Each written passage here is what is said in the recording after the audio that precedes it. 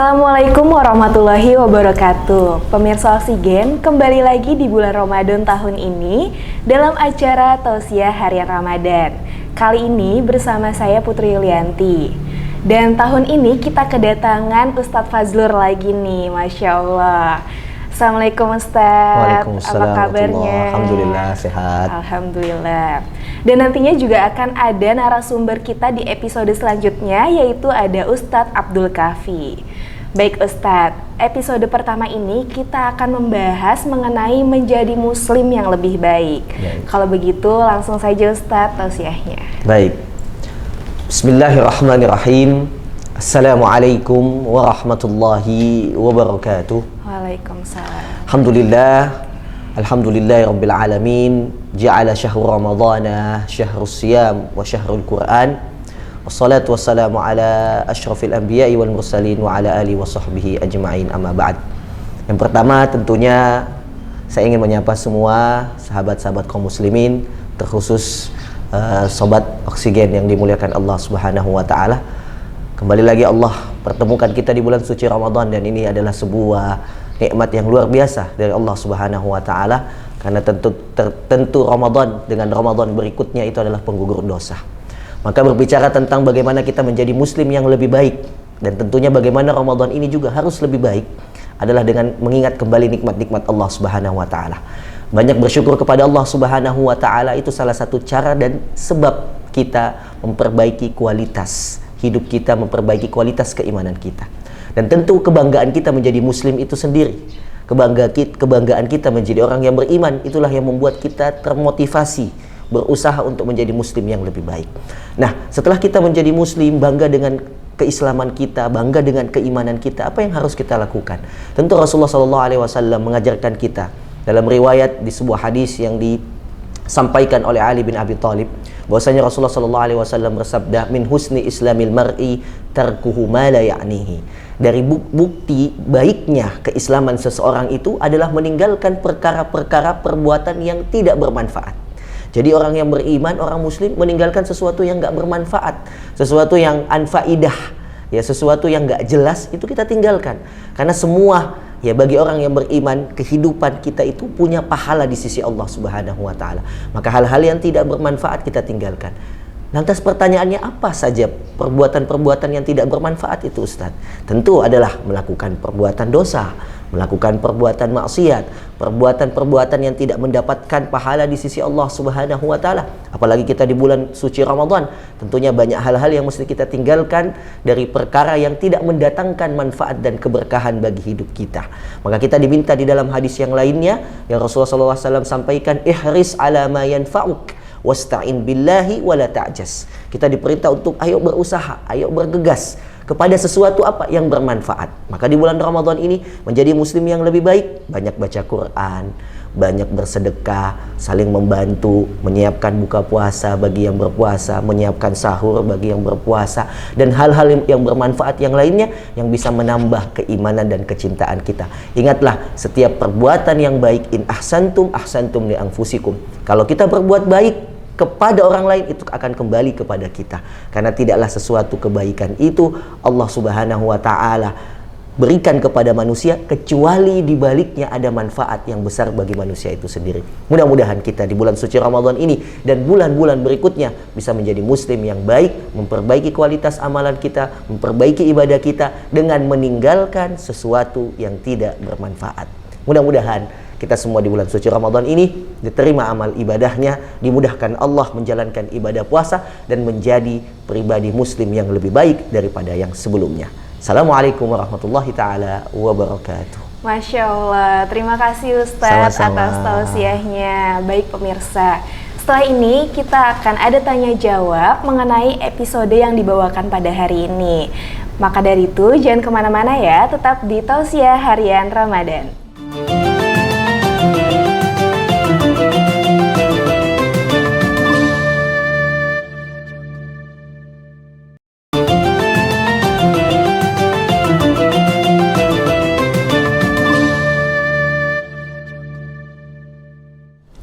Alhamdulillah, kembali lagi dalam acara Tausiah Harian Ramadan bersama saya Putri Yulianti dan Ustadz Fazlur.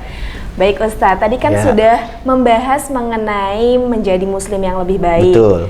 Tadi Ustadz juga sudah menyampaikan tinggalkan hal-hal yang unfaedah dan lakukan hal-hal yang positif untuk diri kita. Betul sekali. Nah sekarang udah ada pertanyaan nih dari pemirsa Oksigen di rumah.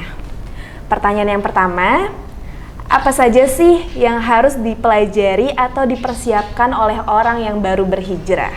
Boleh Baik. dijelaskan Ustadz? Baik, bismillah. Assalamualaikum warahmatullahi wabarakatuh.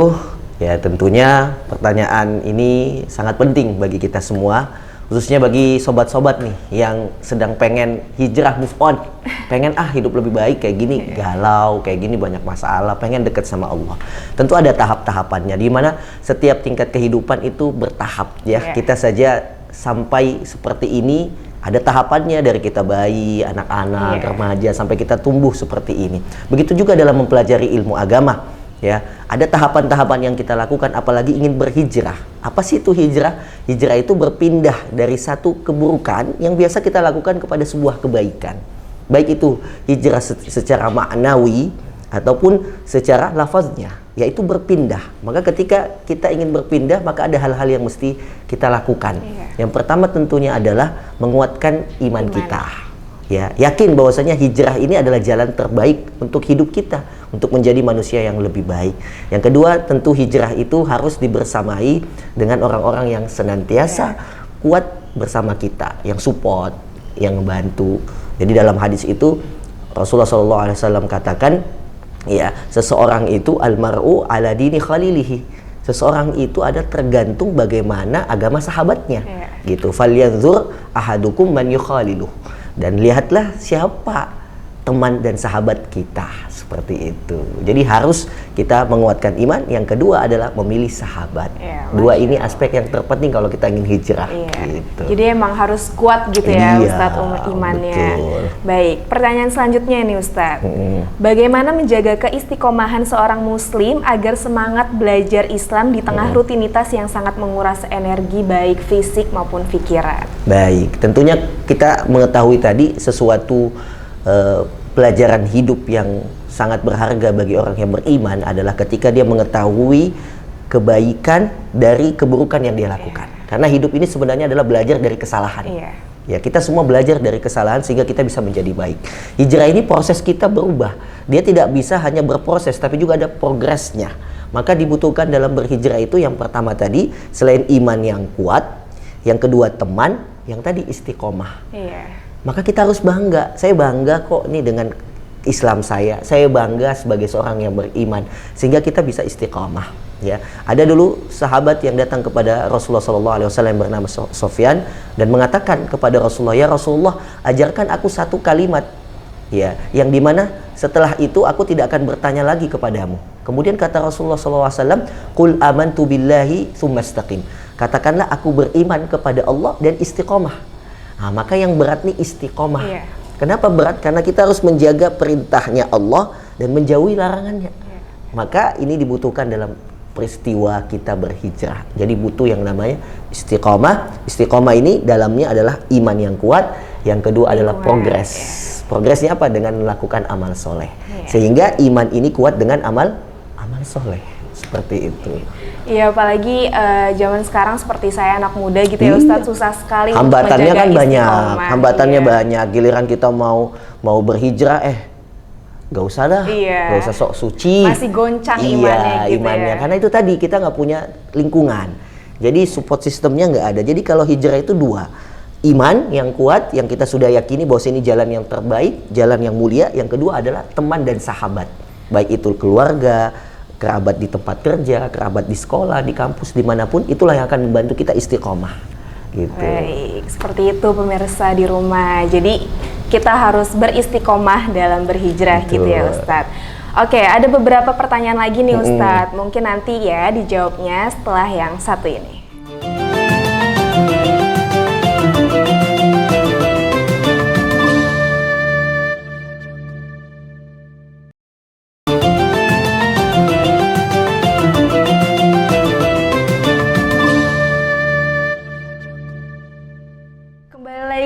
Di acara Tausiah Harian Ramadan bersama saya Putri Yulianti dan Ustadz Fazlur.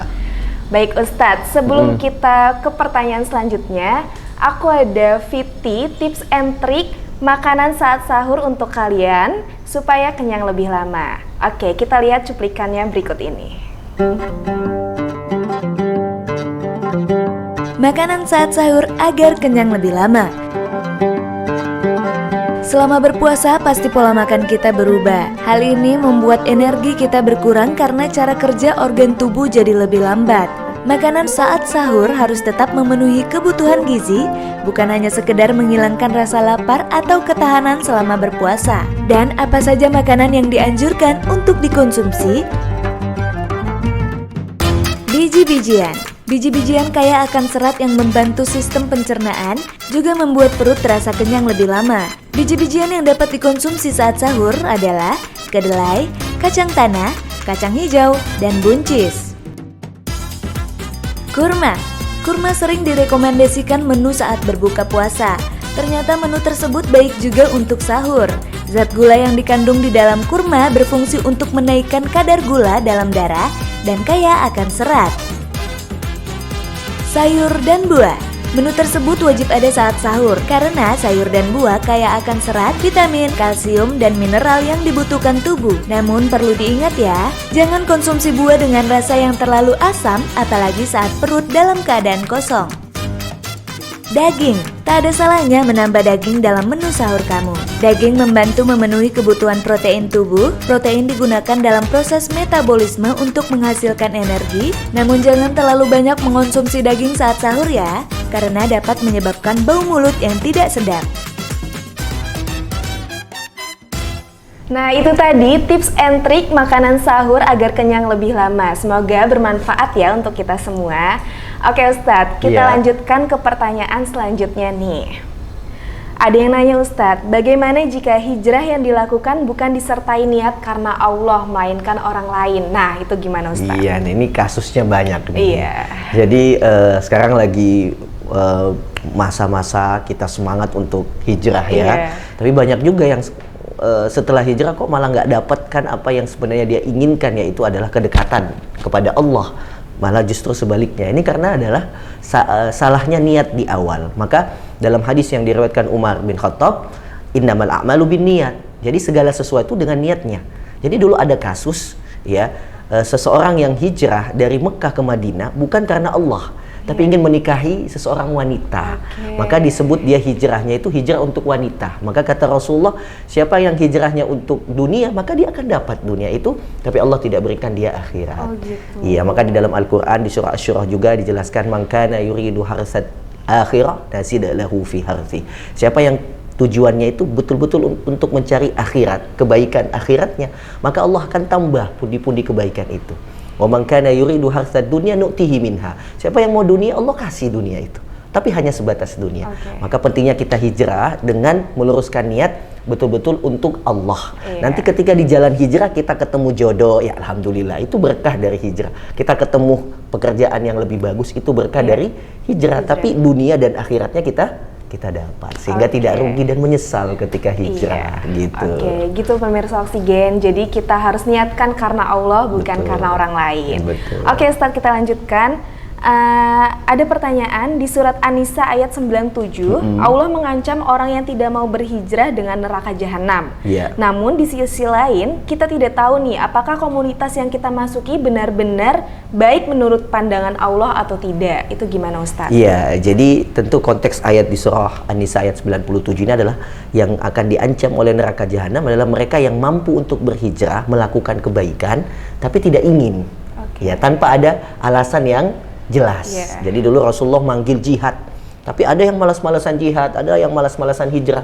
Mereka ini yang tanpa alasan yang akan dapat ancaman. Adapun kita yang sudah siap berhijrah, tapi kok mau kemana ya?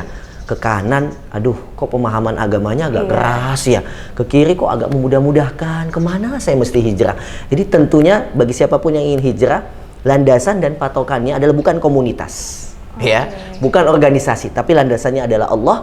Apa yang kita lihat itu benar atau tidaknya, lihat apa yang dibahas. Ketika yang dibahas adalah Al-Quran, sunnah, hal-hal akhlak, muamalah yang baik-baik yang tidak keluar dari koridor Islam, maka tidak mengapa kita masuk untuk mempelajarinya. Selebihnya kalau sudah mulai kesesat-sesat, kan banyak ya aliran sesat saat ini, itu tinggalkan. Cari komunitas yang baik, karena yang tadi yang saya sampaikan bahwasanya hijrah itu butuh dikuatkan dengan teman.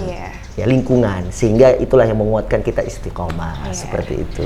Oke, jadi gitu ya pemirsa Oksigen, kita harus pintar-pintar memilih teman untuk kita berhijrah gitu ya Ustaz. Oke, pertanyaan terakhir nih Ustaz. Dalam proses hijrah ada beberapa orang yang ilmunya lebih banyak namun suka membid'ahkan atau suka menggurui orang lain dan merasa dirinya paling benar. Itu gimana Ustaz? Ya, tentu ini juga adalah menjadi fenomena yang terjadi saat ini, ya, perihal tentang masalah bid'ah. Tentu kaum muslimin ada yang sudah tahu dan ada juga yang mungkin belum mengetahui. Jadi bid'ah ini mungkin saya jelaskan sedikit adalah sebuah perkara yang dulu tidak dikerjakan oleh Rasulullah SAW dalam aspek ibadah, ya. Jadi dia tidak melakukan suatu ibadah yang itu tidak dikerjakan oleh Rasulullah. Jadi kalau Rasulullah mengerjakan suatu ibadah, kita mengikuti, itu bukan bid'ah. Tapi kalau tidak ada contohnya, tidak ada dalilnya, kemudian kita membuat suatu ibadah, maka itu disebut dengan bid'ah. Contoh, Rasulullah SAW sholat subuh 2 rakaat, kita 3, ya itu bid'ah. Jadi tidak semua aspek hidup itu bid'ah gitu ya. Ya, memakai sesuatu perkara kehidupan, misalkan bid'ah dan lain sebagainya. Ini yang harus dipahami.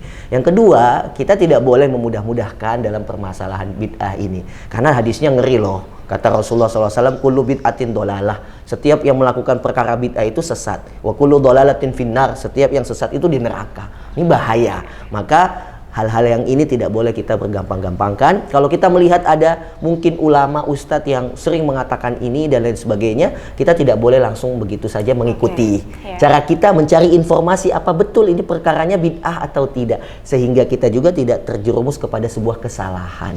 Ya, seperti itu. Oke, pemirsa Oksigen, itu adalah pembahasan kita hari ini mengenai menjadi muslim yang lebih baik. Pemirsa Oksigen, karena sudah mendekati waktu berbuka puasa, saya Putri Yulianti dan Ustadz Fazlur pamit undur diri. Sampai jumpa di Tausiah Harian Ramadan di jam dan hari yang sama. Wassalamualaikum warahmatullahi wabarakatuh. Waalaikumsalam warahmatullahi wabarakatuh.